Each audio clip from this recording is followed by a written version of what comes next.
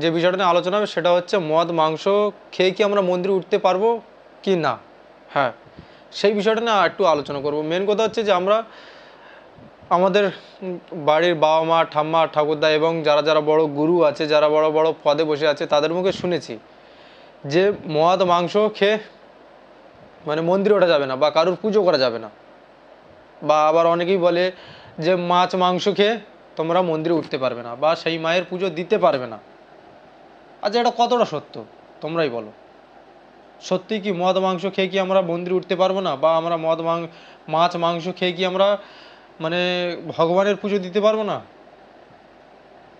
বা আমাদের সনাতন ধর্মের যে কোনো দেব দেবীর পুজো করতে গেলে কি নিরামিষ খেতে হবে বা নিরামিষ ভোজি হতে হবে? হ্যাঁ, তো আজকে আমি তোমাদেরকে প্রমাণ সহকারে দিয়ে দেবো যে মদ মাংস বা মাছ আরও অনেক কিছু আছে যেগুলো না হলে পুজো হয় না। তবে ভিডিওটা শেষ পর্যন্ত দেখার জন্য অনুরোধ রইল। তবে ভিডিওটা তো শেষ পর্যন্ত দেখো, তাহলে তোমরা বুঝতে পারবে যে কোন বইতে লেখা আছে বা কোন জায়গায় লেখা রয়েছে যে মদ মাছ মাংস আরও অনেক কিছু আছে যেগুলো শুনলে তোমরা বিশ্বাসই করতে পারবে না, এবং প্রমাণ সহকারে দিয়ে দেবো যে কোথায় লেখা আছে। তো তার জন্যই বলছি ভিডিওটা শেষ পর্যন্ত দেখো। আর যারা যারা আমার এই পেজে নতুন আছো তারা অবশ্যই শেয়ার করো এই ভিডিওটাকে। তো দেখতেই পাচ্ছ তোমাদের সামনে একটি পেজ ওপেন হয়েছে, সেখানে লেখা রয়েছে পঞ্চতত্ত্ব বিচার। হ্যাঁ, বইটি তোমরা দেখে নিতে পারো। তোমাদের সামনে যে পেজটা ওপেন হয়েছে, এটা কিন্তু আমার বাপ দাদাদের হাতের লেখা নয় বা আমার বাপ দাদাদের বই নয়, এটা কিন্তু তোমাদেরই বাপ দাদাদের বই। দেখতেই পাচ্ছ লেখা আছে মদ মাংস মাছ অর্থ সম্পদ এবং সেক্স, এগুলো না হলে মা জগদম্বা দেবীর পুজো হবে না।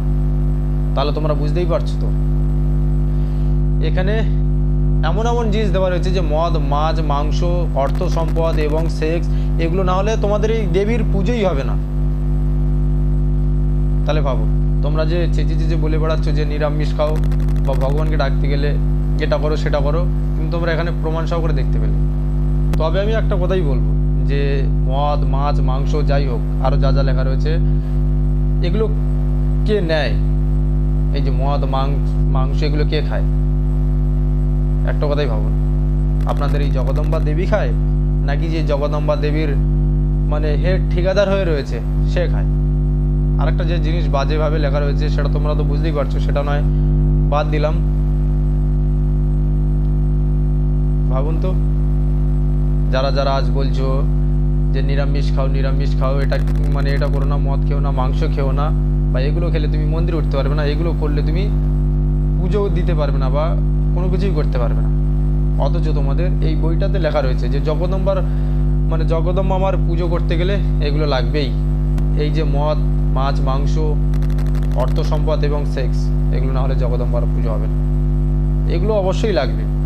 আর এইগুলো কে নিয়ে যায় আর এইগুলো কে করে তোমরা বুঝতেই পারছো, যে জগদম্বা মায়ের যে হেড ঠিকাদার আছে সে।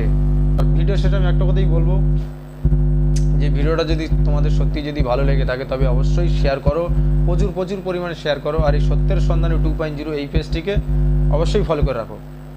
এখানে প্রতিনিয়ত কিছু সত্য তুলে ধরা হয়।